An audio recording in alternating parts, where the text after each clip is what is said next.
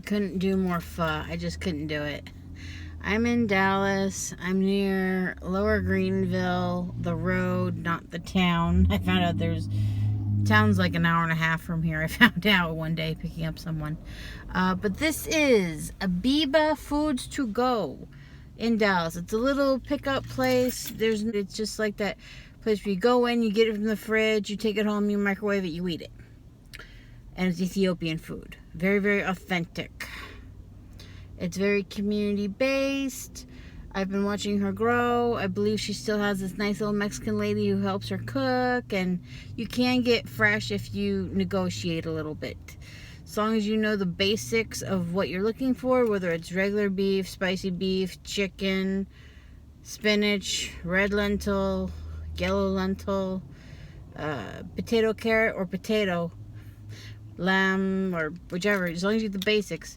It's the standard dishes. They don't change. And she's very good at making them.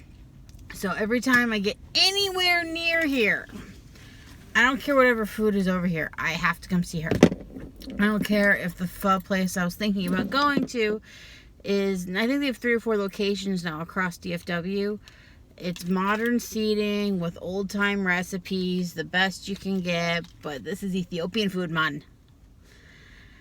They just got better spice. I miss my injera. I like that sourdough flavor. I'm addicted. I swear I want to die with a piece in my mouth because I just like the flavor. So time to go support a small business.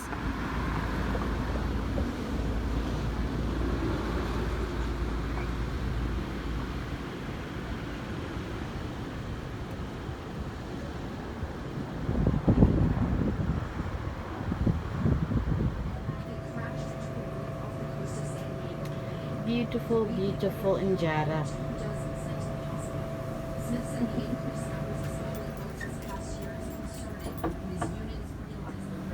There are many beautiful decorations around the place. She does now have 2 tables, which was different from before. It's separated in a different section, and it's just a fun place to go and learn in all the different ways that they make coffee and cook it, and it's just a different culture. It's so fun to immerse yourself in something different and local, and you don't have to go too far to find something great. Seriously, it's a fun place to go. And all the coffee stuff has to do with culture and how they go visit each other all the time, every day on their days off, and they make a new fresh pot of coffee every time someone walks through the door. And all the syrups, and there's more refrigerators made of pre-made food, and all the pots, and basically, if it's not nailed down, they will sell it. And they're very aware also of what anyone else could want. You have your Topo Chicos, you have your Mexican Cokes, you have your, I think it's more like a biscotti probably to go with your coffee, and all the jewelry, and more pots, and yeah, here we go. She makes yogurt. Y'all. All the cookies, and just a new kind of meat for sale. There's almost no fat. And more coffee pots. Even the vase-looking things are coffee pots. And all the tall glasses that they serve it in. All the black things are for cooking coals to make it fresh with the pots. And of all your lentils and spices, and only things are specific to their culture. Even the tea. I mean, look how big. There's like cinnamon and stuff. It's like whole cinnamon. And all the other spices that they probably hand grind with a mortar and pestle. More injera, which is all handmade. And flatbreads too. And here we go, and here we have all the cheeses, the yogurts, the spicy beef or lamb, lentils, carrots, spinach, and there's corn pone with jalapenos on top. It may not be southern corn pone, but at least we know where it originally came from. And more cocoa khatib, and of course charcoal for burning and baking coffee. And more things of food. It was so hot. Reminds me of a joke I used to play with my former manager at a It was a local chain restaurant near me. He was from Africa, one of the best managers I ever had. I mean, I'd almost stayed in front of a bus for him. That's rare for me to say about any boss. But he was from Africa, and the air conditioning was always breaking. And so I always make the joke of, I know you miss Africa, but do you have to make it as hot as it is there here? And people make the temperature for their version of comfort, and I'm still a northern chick. But wait, wasn't that bad. It wasn't long at all. For such a little place, and they always have people coming and going very consistently. She's never alone. It shows how good it is.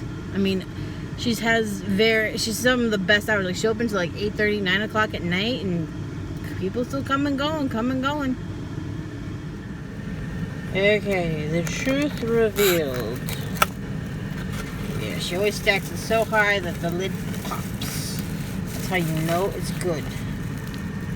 And somewhere in here there should be lentils and beef because she was out of potatoes.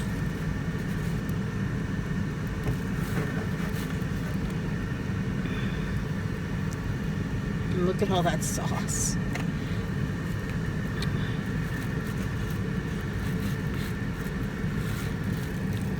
I'm gonna have to keep digging, but that's just the beef part. I know there's lentils somewhere in here. Just to make sure I told you.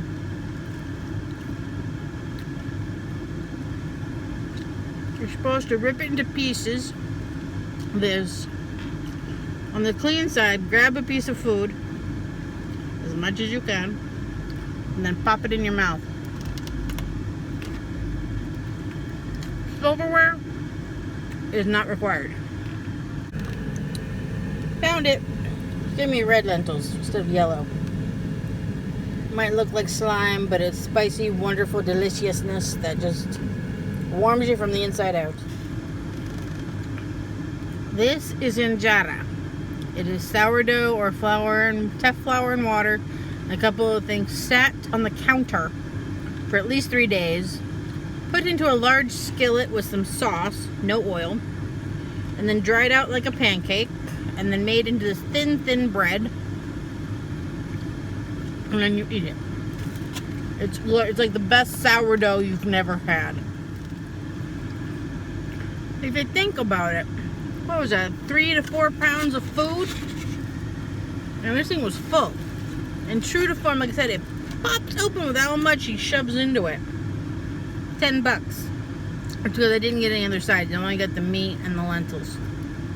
Last time I was here it was like 14 or 15, but I had her loaded with lots of other stuff. So 3 pounds, $10, homemade food, low on the glycemic index. And the other guy I was talking to in there, the one from Eritrea, his mother prefers this because it is a lower glycemic index. It doesn't mess with their sugar or anything. So it's another reason I prefer food from the ghetto or the less fancy places, because I know how healthy it is. I know someone's in the back chopping vegetables or meat and it's fresh. It's like hours old instead of days sitting in the fridge or anyone's fridge.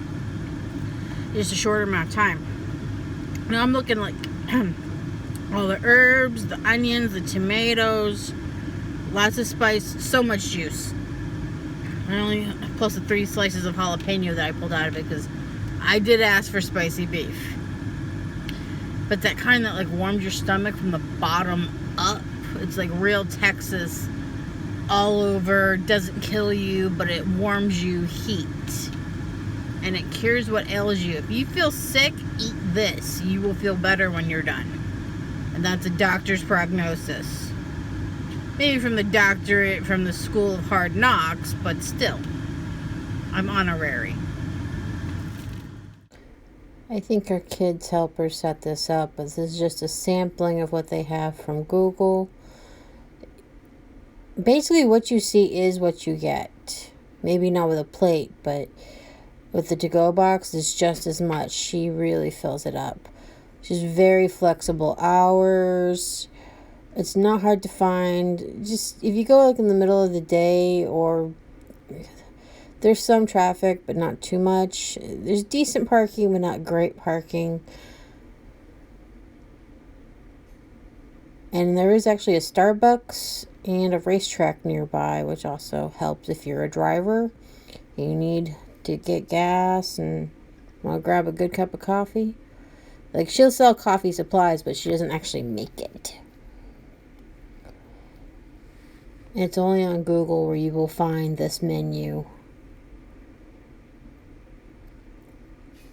Just like with Italian food, it's set dishes. So as long as you know which ones, she will make it fresh for you.